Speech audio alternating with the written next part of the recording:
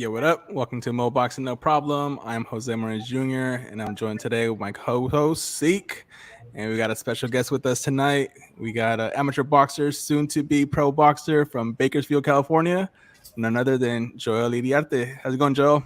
How's it going, man? How's it going? Good, good. Appreciate the time. Nah, thank you guys. Thank you guys. I appreciate it for you guys. I appreciate you guys' time for having me on the show. Anytime, anytime. And the first question we got for you, I'm sure it's going to turn out to be probably the question you get asked most often in your career, and is how did you get into boxing? How did I get into boxing? Right off the jump. So when I was 5 years old, my dad had a friend. He was just about to open up a boxing gym, and me at my young age, I was watching Karate Kid. Is what I was watching. I was watching Karate Kid, and I was trying to get into some sort of combat sport, MMA, karate, jiu-jitsu, whatever. And we ended up going to like a karate dojo, but thankfully it was closed. And well, the next thing led to my dad's friend's gym, and he opened up the gym, and he was saying that I was too small, that to just go home and come back in a couple of years. The amateur, like the first age you can start fighting in like amateur sanctioned fights is 8 years old. So he was like, bring them back in a couple of years, have them grow up a little bit more, and then try them out. But I was being persistent. I was nagging that I actually wanted to do it. So he ended up letting me train there, and he was like, just let him go, see how long he lasts, and then then so they thought. I mean, I'm guessing that he maybe thought that I was just gonna be there for a couple days and then just Right. like like quit, like how you usually see actually in gyms still to this day. Some kids show up and it's not for them. They start too young and then like that, but. Yeah, but I mean, thankfully for me, they put me in the spar. I got my ass beat. I remember I throwing up that night, but I mean, still at my young age, I was still determined to be better. Kind of just develop a passion for boxing, and we're here now, bro. So it's been an exciting journey. Nice. Yeah, like I said, I'm glad that karate gym was closed that day because it could have been a Bro, whole different path. I know it's crazy. It's crazy. Yeah. But Nice. I mean, things happen for a reason. I feel like, I mean, who knows? I feel like in anything that I would have been, got myself into, I would have been pretty Yeah. good at. For me, I mean, I feel like for me, it was just combat sports that caught my attention more. But my dad, he played baseball. I mean, I feel like as long as I would have, just put the time into it, put the dedication, I feel like, I would have came out, good at whatever. So Right. it's been interesting. Awesome. Awesome. All right. It looks like he's going on camera. You good for question two? If you could continue, I'm gonna just do some nothing right here. All I'll be good. back. See, I'll be back. all good. All good. Next question we got for you, Joel. Can you tell us about your amateur career? What were some of your major accomplishments from back in the day? Yeah, so it's been a tremendous journey. I've learned a lot from starting fighting, starting just little shows up into tournaments, up into national events, and then representing the United States. It's been interesting, bro. I got 17 national titles out of my 300 fights. 17 national titles and 3 international titles, 2 gold medals, and then 1 bronze. The Pan American Games, I won gold at the qualifiers, and then I won bronze. I don't know. I think I won that fight at the Pan American Games, but I got a bronze medal. And then it's been good. I've been ranked number 1 in the nation for I think it was 5 consecutive years at different weight classes. 4 years consecutively on Team USA back to back, and it's a pretty hard thing to do, to be on Team USA back to back. And thankfully, just me, I've been able to just pull it off. So the hard work's been kind of just showing for itself, and it's been fun. Yeah, your win loss record's been crazy. Can you tell us? I think it was under 10 losses, right? No, No, it's it's just shy. 10 losses, It's 10 about losses. 10 Okay. losses. Okay. Yeah, And like 140 something wins, yeah, if I'm not right. mistaken. Yeah, it's something. It's been crazy, bro. Yeah. It's a lot of it's a big gap in that ratio for sure. But Yeah. yeah, it's been a lot more wins I mean, crazy. I mean, most of them are wins, Yeah. and then a lot of tournaments, a lot of all of that experience kind of just. That's why I'm ready to turn pro. I feel like all of that experience is kind of holding weight, and then transitioning into the pros is going to be pretty good, because because I mean, those look at all the great fighters. I mean, there's some, you know, that you can't take nothing away from them. They don't have as much amateur experience, but I mean, you look at Lomachenko, you look at, you know, the big names and stuff like that. They also have a extended amateur background that kind of plays out to that. So you know, I'm excited to make this jump and show everyone in the what I could do in the pros. Absolutely. And as you mentioned, boxing is a journey. It takes you to a lot of different places, especially with tournaments. What's been your favorite place that you visited because of boxing? You know what? Maybe it might not be my favorite place because of like the experience. Because you go out to tournaments and it's kind of like work. You know, like we are Yeah. cutting weight. We're not really too happy. We're not in the best mood. We're lethargic, tired, training so much and fighting and you know limiting what we can and can eat, resting, staying in the room, the hotel because we can't walk and waste energy. So I mean, to me, it was okay for me. It was a great experience and then I know my parents have the time of their life out there, so that kind of makes it whole for me. They kind of I lived that experience through them, and it was in Colombia. We went to in the Pan American Games. We went to Cali, or I forgot what the it was gonna be. The Pan American Games were in Cali, Colombia, but I forgot we stayed in a little small town in Colombia. Mhm. But they had the time of their life, and they said that they would go back. And so I kind of just lived that experience with them. So I would say that one as well. In Colombia was fantastic. Nice, Mhm. nice. And we saw recently the press release that you signed a managerial agreement with the Sheer Sports. What were some of the reasons for signing with Sheer Sports? Yeah, you know, I want to give a big thanks to everyone that's kind of been, you know, along my life, along my journey into coming up into signing to that agreement. You know, I've had a crazy amount of support, a crazy amount of help that's been, you know, presented in front of me. You know, things didn't happen, but nonetheless, I saw, you know, everyone that I've worked with, it's been great. It's been great. Everyone's treated me fantastic, and I'm you know I can't even express how thankful I am for everyone. But you know, at the end of the day, you know, making that decision, we felt that me and my dad, it was kind of what was best for us. You know, after all this time of being amateur and stuff like that, we felt that Sheer Sports offered a little bit more. As far as like benefits and what they brought to the table and what they presented as far as kind of the same vision that we have for the long-term career, right? And Yep. that's very important to us, and what they presented to us was it just clicked, you know. So that's kind of the decision. Me and my dad, it wasn't an easy decision. It was a lot of you know thinking and kind of analysis, a lot of analysis, breaking down between me and my parents and my team. But luckily, it's been you know it's been good. It's been I'm very very happy to sign with them. I think they're a tremendous management team, and I think that they're the best thing, and I feel like we're gonna make it big. Yeah, no, absolutely. Sheer Sports has a great team, so it's a great signing, and they're definitely going to build off the momentum that you've already kind of created for yourself. Absolutely. Hmm. Yep, yep. And now I know you're gearing towards your pro debut. That's the next step in your career. Is there a target date in mind for that pro debut? No, we're not. For sure before the end of the year is what we're aiming for. For sure, there's kind of still some things, some tweaking behind the scenes that has to still happen before we make that official thing in concrete writing. But like I'm saying, you know, I'm all trust in Sheer Sports. You know, I have you know everyone that's in charge of making that happen and the team behind it. Everyone is you know has been nothing but great, and I'm very confident that like that we're gonna make that happen soon. As far as promotion companies, you know, we got Top Rank, PVC, you know, just to name a few. Are you going to be entertaining offers from them right now, or are you kind of just going to stay a free agent for the time being and then look at options for promoters? That's kind of exactly what we're working on. Whether it is that we want to do that move right off the jump, whether that's go with ESPN or Showtime or whatever these kind of bigger networks are, whether we do that or do the free agent and kind of just do we start off at a fight base, you know, just get a little bit more traction and stuff like that. And then see where we go from there. But that's kind of what's still in the works. So we're still kind of discussing that before we make that actual that actual decision. So we're still going over it. Makes sense. Soon, coming soon though. It's coming around the corner, so it should be happening soon. Can't wait, can't wait. And you know, now I want to talk about dream venues. Is there a venue in mind you want to headline one day?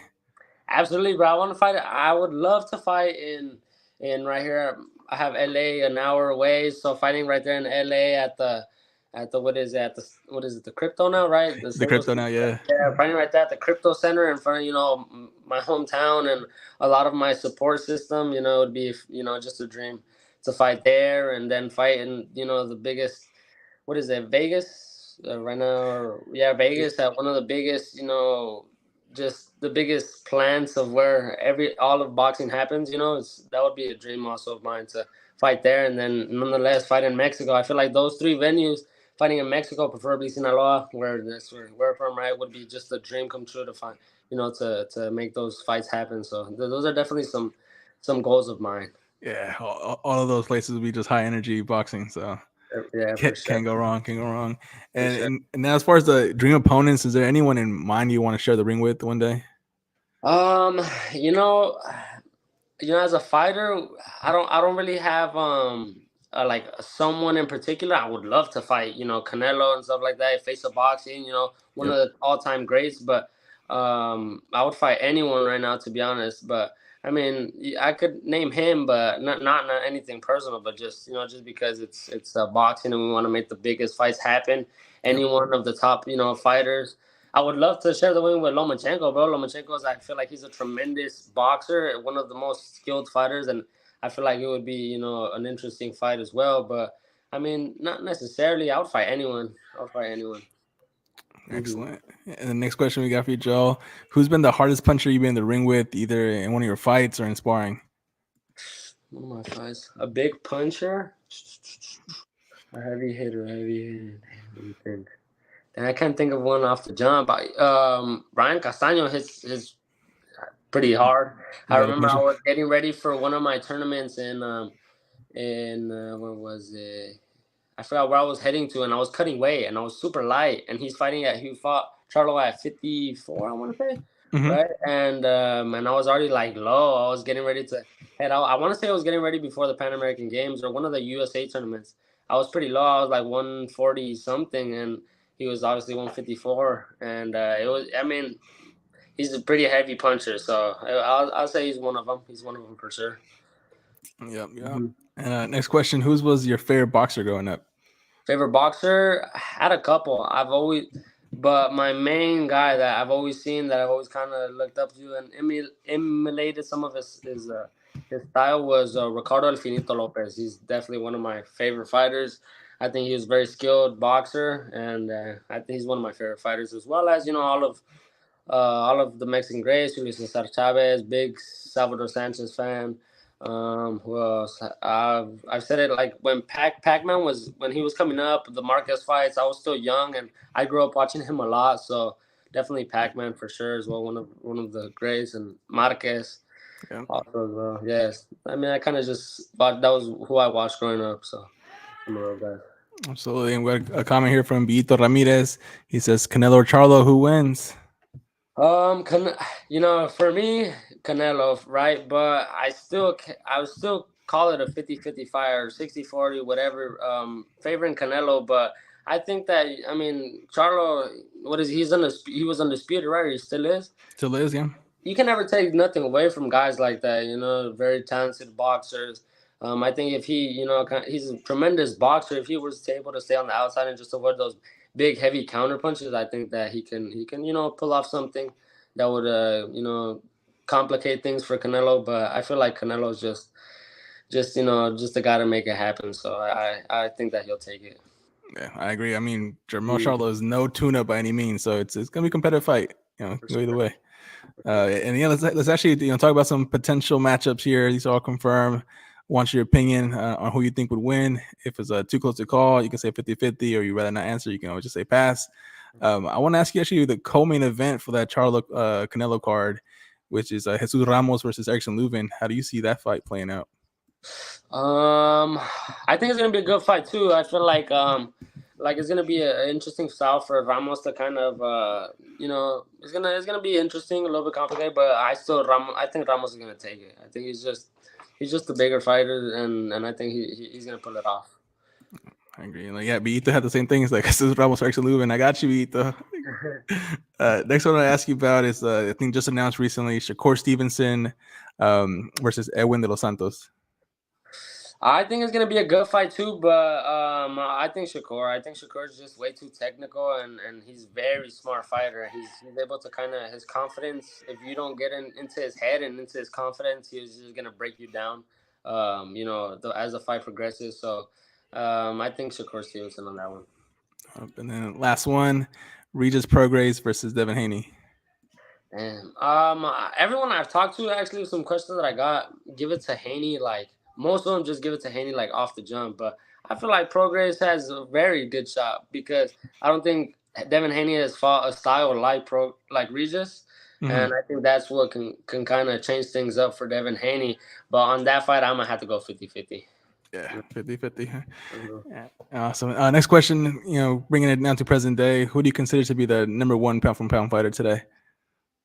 Damn, a lot of question because these are a lot of things that are just different opinions and stuff.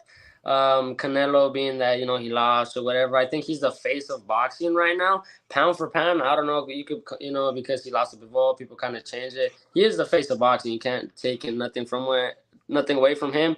Then Terrence Crawford, he's had he hasn't been as active, so like people are like, oh, maybe not Terrence Crawford. For me, one of the guys that I think is pound for pound, just because I love his style, because he's a great fighter, and I see him, conquering a lot of divisions, is the Monster Inoue. For me, that's who I feel, is kind of a safe pound for pound for me right now.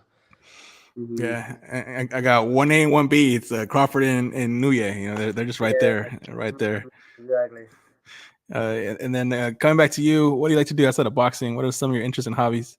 Interests and hobbies. I toco el acordeon, so I play the accordion a little bit, and then también the guitar. I play guitar. I try to do requinto, and then I like to read, bro. I'm a strength and conditioning coach. I do performance training, so I train high level athletes to be faster, stronger, things like that. I love to help people. I love to spread my knowledge as athletes. I feel like the one thing we do is we train hard. That's behind the scenes, that we train like crazy.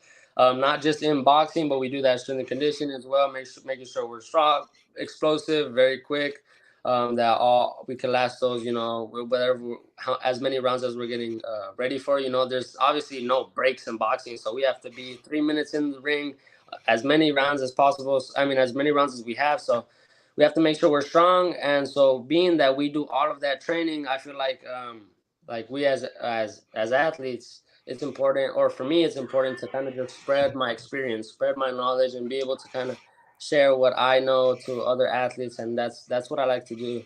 So I do strength training for like high-end athletes, high-level athletes, and athletes of all ages. I train little kids, and then my biggest one is that I like to help kids with special needs. I do a program called League of Dreams, and it's a program where we volunteer to train a big group of kids that that are on the spectrum of all levels, that are in special needs, and we kind of give them that privilege to experience like exercises or activities that normal kids do, and it's a privilege for me. It's one of my passions to give them that little bit of that experience, that a normal kid has. So that's kind of one of my things, my hobbies that I do as well outside of boxing. That's awesome. Kudos to you for doing that, and I'm gonna have to hit you up for some tips on strengthening your back, because I've been dealing with some back issues recently. So, bro, you have to strengthen your abs, bro. Got the abs. All right. Where the abs at? Next question. What's the best piece of advice you would give someone who is thinking about going pro and making a career out of boxing? Hold on, repeat that question one more time. What's the best piece of advice you would give someone who's thinking about going pro and making a career out of boxing? Making a career out of boxing, it's tough. There's gonna be a lot of, a lot of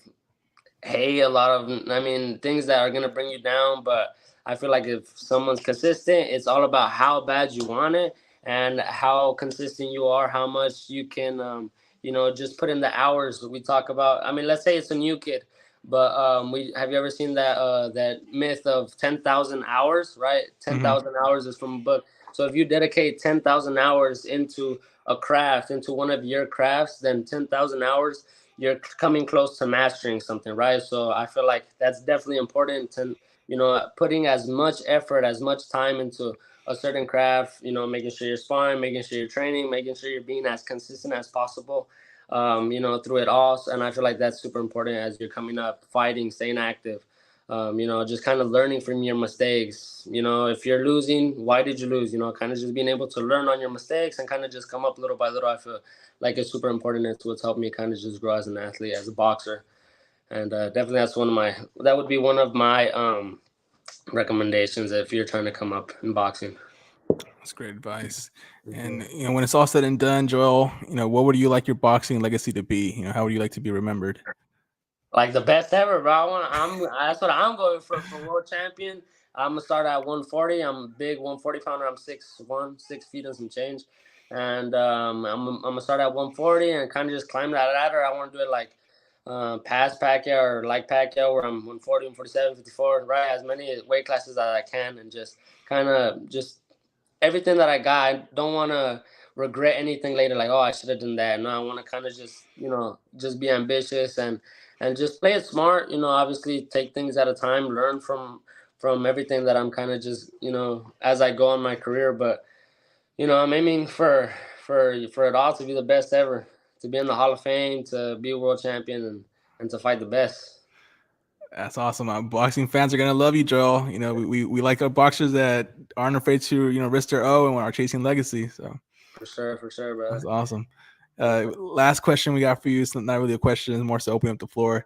What's the message you want to send to your fans and supporters? That I'm coming, that I feel that I'm coming, that I appreciate everyone that supported me, everyone that continues to support me. If you haven't yet checked out my newsletter, my website at joeliriarte.com. So again, that's joeliriarte.com.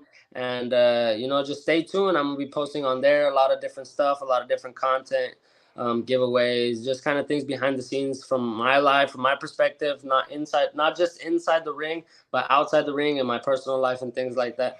So I'm gonna be sharing that, and just stay tuned, keep supporting. I feel like I'm gonna bring a lot of entertainment into the boxing world. In this next chapter in the pro ranks, and I think it's gonna be great. It's gonna be a great run, and everyone just stay tuned. Follow me on Instagram, _, and yeah, we're gonna make it happen. Absolutely, yep. And his Instagram handle is scrolling right here in this banner, so make sure you give that a follow. That way you don't miss any updates on his pro boxing career. And Joel, thank you so much again for your time. We're happy that you signed with Sheer Sports Management. Can't wait to see the promotion you end up going with, and no doubt you're gonna be making noise as a pro. Yes, sir. Happy Independence Day. Feliz Día de Independencia de México, and Viva México, cabrones. Viva Mexico. All right. Catch you later, Joe. Thank you again. All right, you too. Bye.